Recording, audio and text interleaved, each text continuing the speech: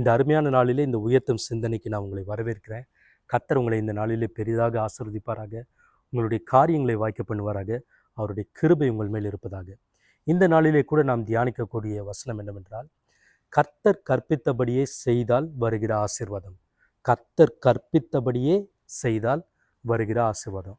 பாருங்க, இந்த வேதாகமத்தில் நிறைய இடங்கள்ல சில காரியங்களை சில மனிதர்களை செய்ய சொல்லி கர்த்தர் குறிப்பிட்ட ஸ்பெசிஃபிகேஷனை கொடுத்து இதன்படி செய்யுங்க அப்படின்னு சொல்லியிருப்பாரு. அதை அவர்கள் நிறைவேற்றினார்கள். ஃபார் எக்ஸாம்பிள், நோவாக்கு எப்படி கப்பலை செய்ய வேண்டும் அப்படின்னு சொன்னார். மோசே இடத்துல எப்படி ஆசரிப்பு கூடாரத்தை செய்ய வேண்டும், உடன்படிக்கை பெட்டி எப்படி செய்ய வேண்டும், தூபபீடத்தை எப்படி செய்ய வேண்டும், பலிபீடத்தை எப்படி செய்ய வேண்டும் என்று ஸ்பெசிஃபிகேஷன் கொடுத்திருந்தார்.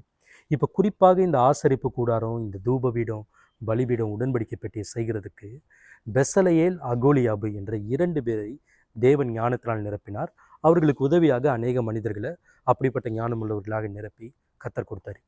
இந்த மனிதர்கள் ஆசரிப்பு கூடாரத்திற்கு தேவையான எல்லா காணிக்கைகளை, இந்த காரியங்களை செய்வதற்கான காணிக்கைகளை மக்களிடம் வாங்கி அதை கர்த்தர் கற்பித்தபடியே செய்தார்கள்.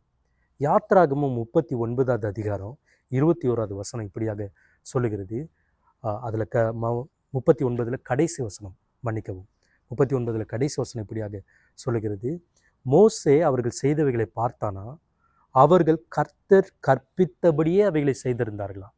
ஆகையினால மோசே அவர்களை ஆசீர்வதித்தான் என்பதை அந்த இடத்துல பார்க்க முடியும்.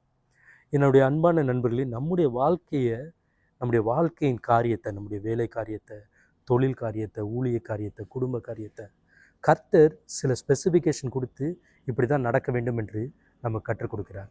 நம்ம அப்படி கர்த்தர் கற்பித்தபடியே நாம் செய்கிறோமா அப்படிங்கிறது ரொம்ப முக்கியம். கர்த்தர் கற்பித்தபடியே நாம் செய்வோமானால் எப்படி மோசே, பெசலயேல, அகோலியாபை அந்த மனிதர்களை ஆசீர்வதித்தானோ அதே போல் தேவனானவர் நம்மையும் ஆசீர்வதிக்கிறவராக இருக்கிறார். அதனால் நம்முடைய வாழ்க்கையை கர்த்தர் கற்பித்த ரீதியில் நடத்துவோம். அவருக்கு மகிமையாக இந்த ஆலயத்தை, இந்த வாழ்க்கையை கட்டுவோம். கர்த்தர் தாமே உங்களை ஆசீர்வதிப்பாராக. God bless you. Thank you.